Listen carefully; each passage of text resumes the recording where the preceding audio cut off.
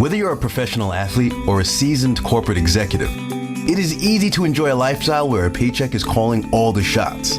But is that sustainable forever?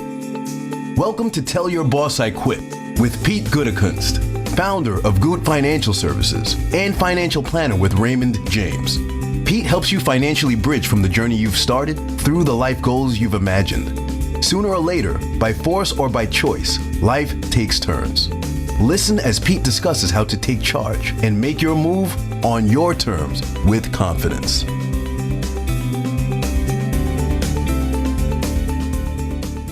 This time is different. Yeah, those may be the most famous last words in the investment markets.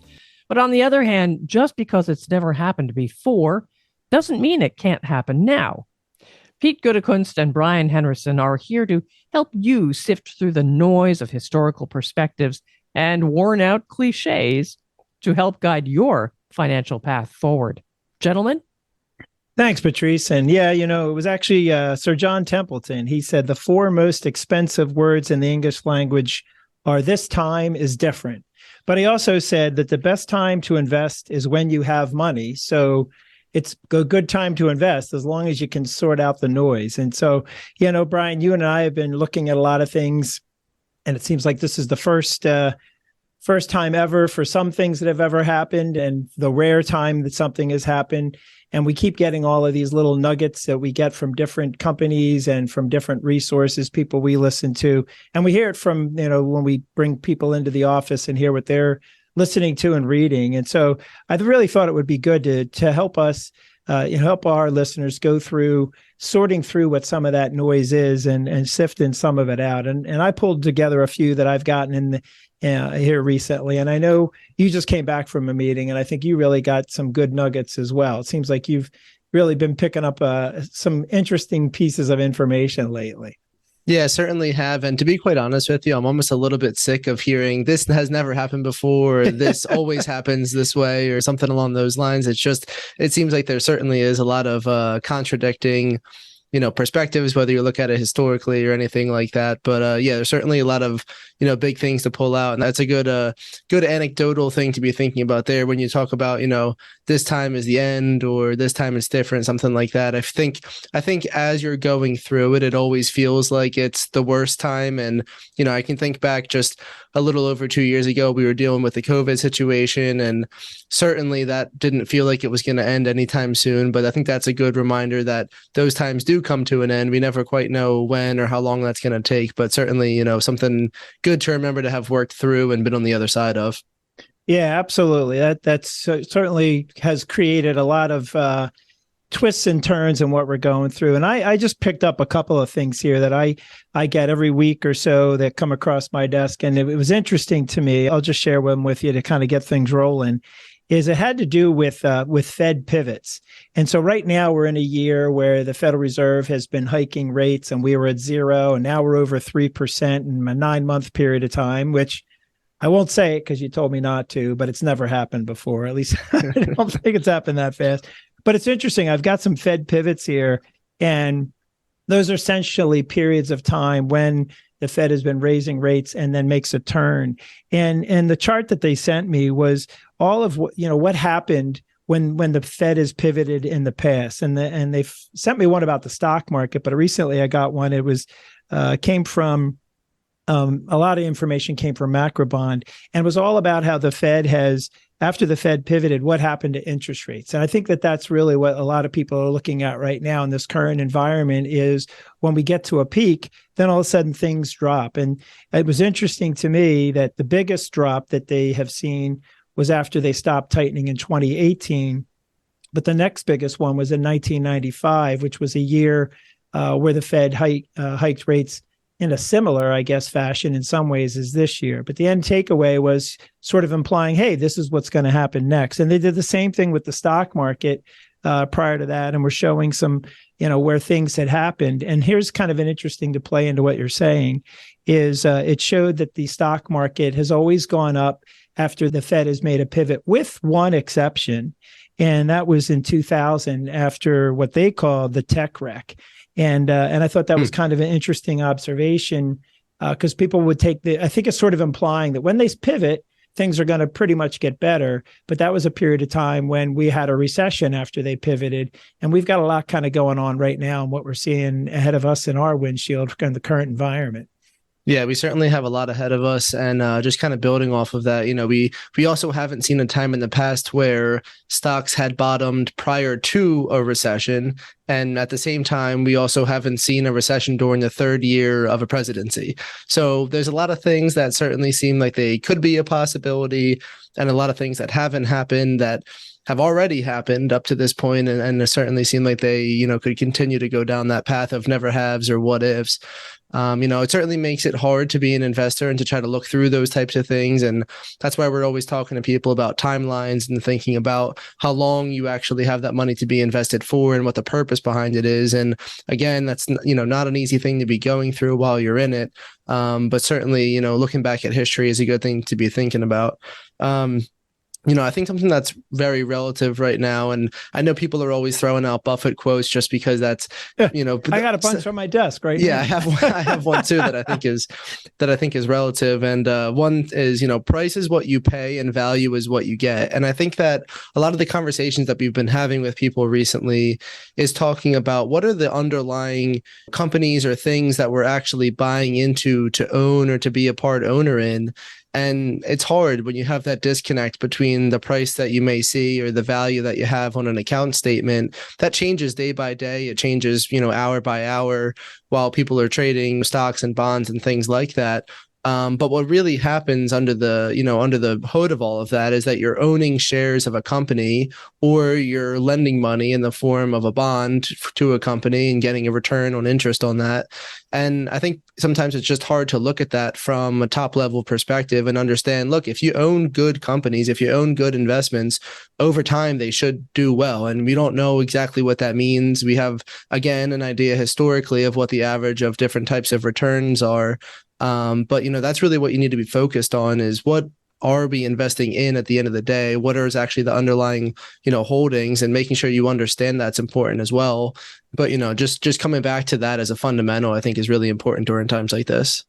Yeah, I think it was Warren Buffett or maybe Peter Lynch really stressed about understanding what it is that you own. And unfortunately, it's interesting, the election and the third, year of a presidential term, they're the kinds of things that people come into the office and really kind of hang their hat on and say, hey, this is it, right? And use that as a reason to maybe counter some of the things that we might suggest, or to kind of put themselves at ease. And I think you're absolutely right. You've got to understand that there's a little more to it than just doing that. If it was that easy, everyone would stay at home and just kind of follow along with what's happened in the third year of every presidency and do just that. And that's really the key of trying to follow along with a diversified strategy. And I think if you're doing that, you also have to recognize that diversification means you're always probably going to own something you don't like. And in the long run, I think that's a recipe for successful investing, because there will come a time when things will go in and out of favor, and you need to be kind of moving ahead and taking opportunities where they're going to be. And sometimes that might mean that you're owning something right now that isn't exactly appealing or doesn't seem quite right. Yeah, that's definitely right. And another quote to go along with that actually got from that conference that you mentioned was, the ball doesn't usually go where it has been. And that may seem a little bit weird when we're talking about investments, although I guess we use sports analogies all the time. But I think what's important to think about that is, just as an example this year, I mean, we have a bond market that's down, over 15% as we're talking right now. And to think to be buying something like a bond, which for a lot of people is supposed to work as a way to, you reduce a risk of a portfolio, to think to be moving money in that direction or to be reinvesting into bonds is something that's difficult, especially seeing, with that pullback. However, we've also had interest rates that were so low, that bond portion of a portfolio, you might have been getting 2, 3, 4% or something along those lines, but bond rates are already higher than that. We see bonds that are paying 5% plus, and that could be on even a tax-free, perspective. So if you think about a taxable equivalent yield on that, you're getting a much better return characteristic moving forward. So I think that it's, certainly been interesting. And a lot of times owning something that may not seem right in the moment, or even buying more of something that definitely doesn't seem right in the moment seems so counterintuitive. But, that's really what a disciplined investment strategy and a disciplined investor does is, you want to be fearful when others are greedy and greedy when others are fearful. So, some of that, and that doesn't always work either, but, moving into some things right now that are really beaten up, over the long term could certainly be a positive idea. Yeah, and another way that we used to always say that same quote, I think it was Wayne Gretzky was such a successful hockey player because he skated to where the puck was going, not where it already Exactly. was. So exactly right. And you're absolutely right there. And I think it's interesting. You have to have patience. And one of the things that I find is when we look at history and a lot of the information that gets fed to any person, a lot of it kind of starts from 1950. And the reason for that, there's just a lot of data. And the also is because prior to that, we had World War II and we had the Great Depression. And so a lot of the data that kind of gets dropped in a person's lap is, well, this is what's happened since 1950. And do you think it's going to be as bad as that? Or that was kind of the range of things. So I'll just kind of pull out a couple of others. And I'll start out, but first by just saying, looking at that from 2008, we had a lot of things that happened in 2008 that we hadn't seen since before 1950. So all of a sudden, there were things that happened in 2008 that hadn't really been seen. And so I just got something sent to me, and it showed what happens when the market declines by 25% or more since 1950. And the average drop is 38%. And the days of peak to trough is 427 days. And this is from FactSet. So here we are, 270 days when this was produced, I guess toward the end of the third quarter, and kind of implying that maybe we're most of the way through that. And that's really, I think, the danger here is the peak to trough on average was 427 days. So you could say, well, we're 270 days, we have a ways to go. But we've also seen things happen very rapidly. And I think you have to use history as a guide, but also kind of think about what's happening here. So I mentioned that the interest rates have risen by as much as over 3% in 9 months. We have a stock market and a bond market where we're over 20% at one point this year in the stock market, and the bond market down 20% in the stock market and down over 10% in the bond market. That's a very unusual set of circumstances. So you kind of use these historical reference points and they can kind of throw you off. So they're important to kind of look at where we are. And I think that's really where we want to, back to a good diversified strategy is there is some opportunity if rates are peaking, and that makes bonds kind of interesting. But if we use history as our guide, this still is a buying opportunity, especially for that longer term stock investor. Yeah, certainly. And there's a ton of, anecdotal things like that you could pull out, whether it be the move in interest rates, not that that's anecdotal, but just, what's gone on this year and, its effect as far as what goes on to the stock implications and things like that. But again, we want to be thinking about that time horizon or your idea behind what your investment strategy is. If you're really that buy and hold type of investor, you're not buying companies that are different than 9 months ago, and their future, whether it be over the next 12, 24, 36 months, maybe there is headwinds now that are more important to keep eye on than something at the beginning of the year, just because of the changes that we have happened, interest rates included. But that doesn't change the fact that a lot of these companies are still strong places to be investing for the next 10, 20, 30 years. And so it's important, to keep that top of mind. And like we were saying, it's not always easy to be going in and suggesting to reinvest or to buy more of something that's down. But oftentimes, that is the right thing to be doing. Yeah, and since you're bringing up Warren Buffett quotes so much, I have one. Only buy something that you'd be perfectly happy to hold if the market shut down for 10 years. So you want to buy something of quality and kind of have that long-term view. But before we sat down to get ready for our recording today, I know I stuck my head in the door, and I think you were kind of looking at the relationship of value and growth and had some thoughts on that. And I had a couple of charts there too as well. But just kind of looking at there as investors look at what they own and why they own and how things behave, we have a real different kind of relationship happening there. And I think that's another reason why you don't put all your eggs in one basket, to use another cliche, but you want to own some things that zig when other things zag. But we're seeing a change in relationship there as well. Yeah, we definitely are. I think this also comes back to, the idea of that quote where the ball doesn't usually go where it's been. And for the past 10 years up to this point, quite honestly, that hasn't really been true. We've seen, tech companies and things like that are definitely growth style investments have really outperformed value, which we saw for a long time be in that leadership role, but not really. So I have a little chart for you on that. So okay. Yeah, exactly. So I think this also comes from FactSet, but from going back to 94, value outperformed growth for about 6 years. Mm-hmm. And then at the end of that period of time, growth outperformed value for about 5 years. In the middle 90s, value was a little bit of an outperform there for about 2.3 years. And then the later 90s, going into that tech wreck that I mentioned earlier, growth was outperforming for 3 years.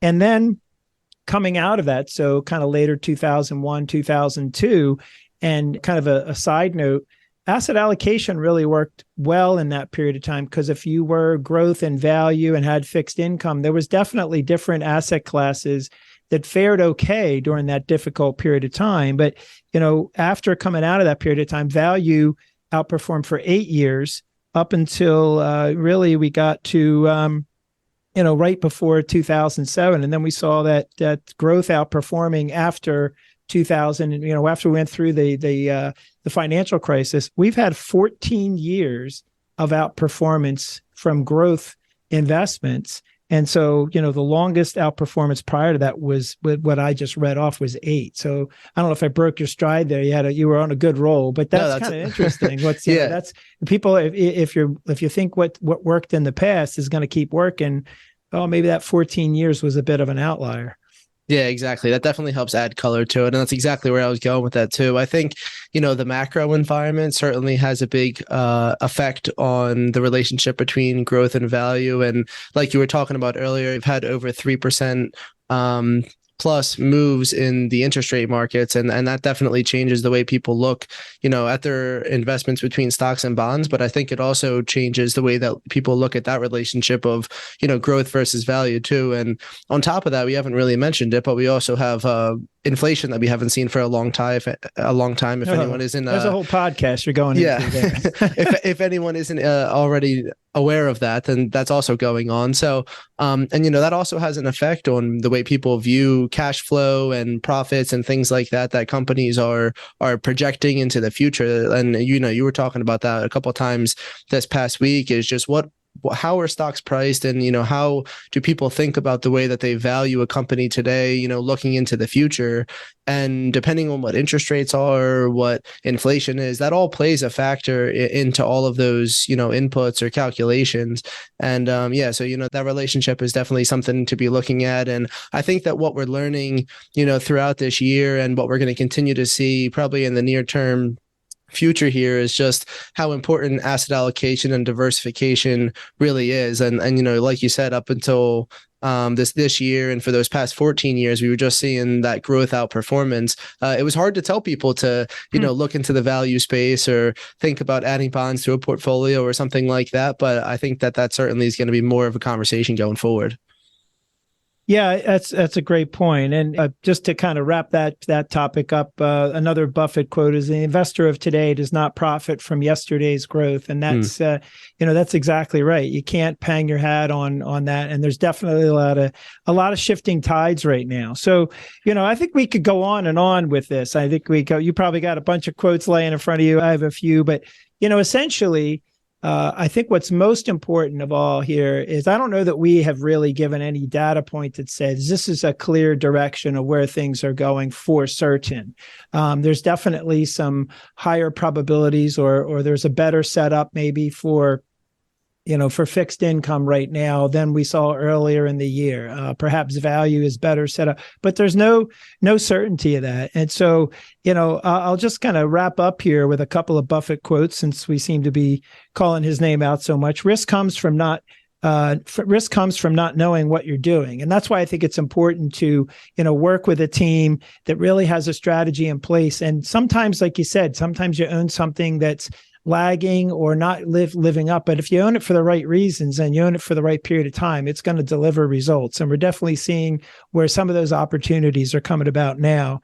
And I think a good strategy, this is another Buffett quote, predicting rain doesn't count, building arcs does. And that's kind of what you're talking about. You've got different asset classes. You were talking about, diversity matters, asset allocation matters. And that's what that's designed to do, is to weather the storm and get you through.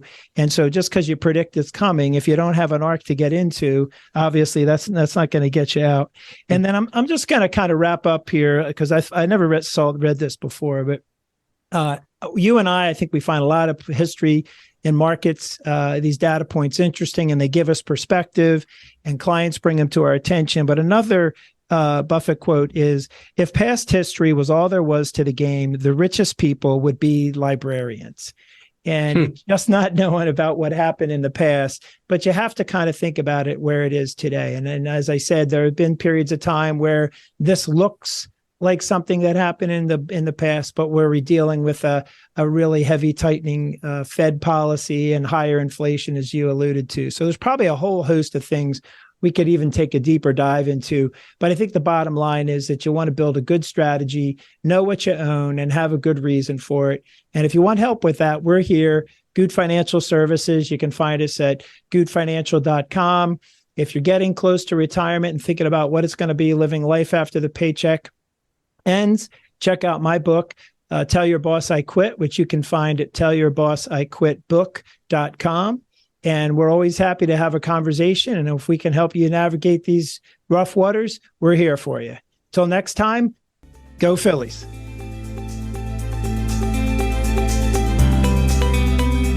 Thank you for listening to Tell Your Boss I Quit. Click the follow button below to be notified when new episodes become available. To learn more about defining your financial purpose and how you can thrive and not sacrifice your spending in retirement, download Tell Your Boss I Quit by Pete Goodekinst. The information covered and posted represents the views and opinions of the host and or guests and does not necessarily represent the views or opinions of Raymond James. This content has been made available for informational and educational purposes only. The content is not intended to be a substitute for professional financial advice. Always seek the advice of your financial advisor or other qualified financial service providers with any questions you may have regarding your individual situation. Securities are offered through Raymond James Financial Services, Inc., member FINRA, and SIPC. Investment advisory services offered through Raymond James Financial Services Advisors, Inc. Goot Financial Services is not a broker-dealer and is independent of Raymond James Financial Services.